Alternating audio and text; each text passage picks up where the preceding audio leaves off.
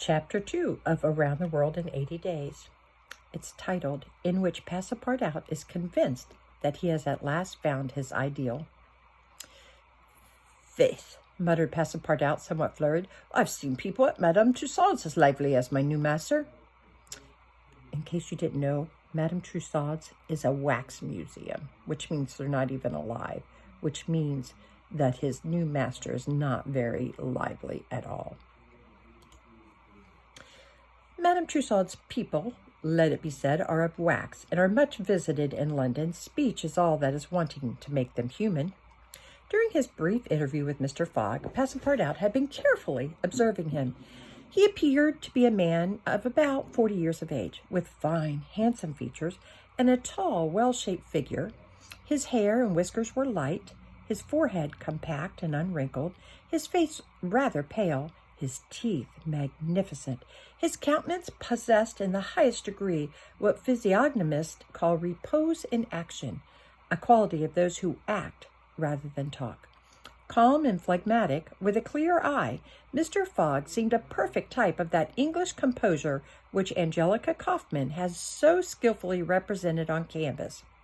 Seen in the various phases of his daily life, he gave the idea of being perfectly well-balanced, as exactly regulated as a Leroy chronometer.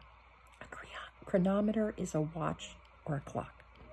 Phileas Fogg was indeed exactitude personified, and this was betrayed even in the expression of his very hands and feet, for in men as well as in animals, the limbs themselves are expressive of the passions. He was so exact that he was never in a hurry, was always ready, and was economical alike of his steps and his motions. He never took one step too many, and always went to his destination by the shortest cut. He made no superfluous gestures, and was never seen to be moved or agitated. He was the most deliberate person in the world, yet always reached his destination at the exact moment. He lived alone, and, so to speak, outside of every social relation, and as he knew that in this world account must be taken of friction, and that friction retards, he never rubbed against anybody. As for Passepartout, he was a true Parisian of Paris. Since he had abandoned his own country for England, taking service as a valet, he had in vain searched for a master after his own heart. Passepartout was by no means one of those pert dunces depicted by Molière, with a bold gaze and a nose held high in the air. He was an honest fellow, with a pleasant face, lips a trifle protruding, soft-mannered, and serviceable, with a good round head, such as one likes to see on the shoulders of a friend.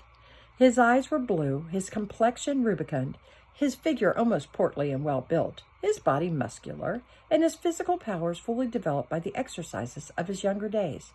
His brown hair was somewhat tumbled, for while the ancient sculptors are said to have known 18 methods of arranging Minerva's tresses, Passepartout was familiar with but one of dressing his own. 3 strokes of a large tooth comb complicated his toilet. It would be rash to predict how Passepartout's lively nature would agree with Mr. Fogg. It was impossible to tell whether the new servant would turn out as absolutely methodical as his master required. Experience alone could solve this question. Passepartout had been a sort of vagrant in his early years, and now yearned for repose, but so far he had failed to find it, though he had already served in 10 English houses. But he could not take root in any of those. With chagrin, he found his masters invariably whimsical and irregular, constantly running about the country or on the lookout for adventure. His last master, young Lord Longferry, member of Parliament, after passing his nights in the Haymarket taverns, was too often brought home in the morning on policeman's shoulders. Passepartout, desirous of respecting the gentleman whom he served, ventured a mild remonstrance on such conduct. He rebuked him. Ventured a mild remonstrance on such conduct, which, being ill received, he took his leave. Hearing that Mr. Phileas Fogg was looking for a servant, and that his life was one of unbroken regularity, that he neither traveled nor stayed from home overnight, he felt sure that this would be the place he was after. He presented himself and was accepted, as has been seen. At 11:30, then, Passepartout found himself alone in the house in Savile Row. He began its inspection without delay, scouring it from cellar to garret. That means from the basement to the very top place. So clean, well-arranged, solemn a mansion pleased him. It seemed to him like a snail's shell, lighted and warmed by gas, which sufficed for both these purposes. When Passepartout reached the second story, he recognized at once the room which he was to inhabit, and he was well satisfied with it. Electric bells and speaking tubes afforded communication with the lower stories, while on the mantel stood an electric clock, precisely like that in Mr. Fogg's bedchamber, both beating the same second at the same instant. "That's good. That'll do," said Passepartout to himself. He suddenly observed, hung over the clock, a card, which upon inspection proved to be a program of the daily routine of the house.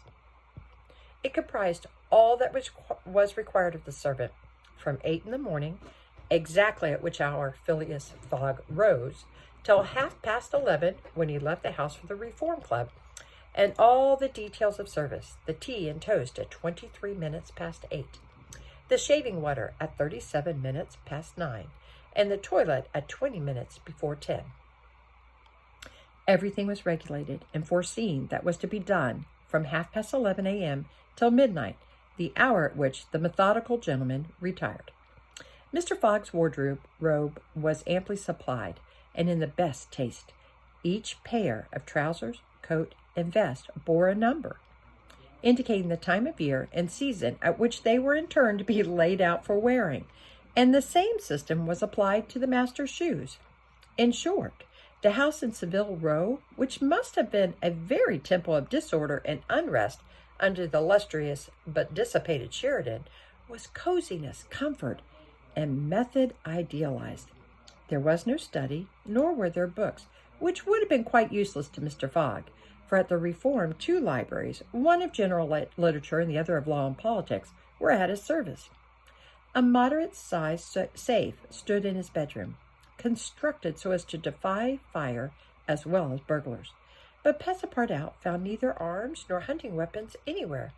Everything betrayed the most tranquil and peaceable habits.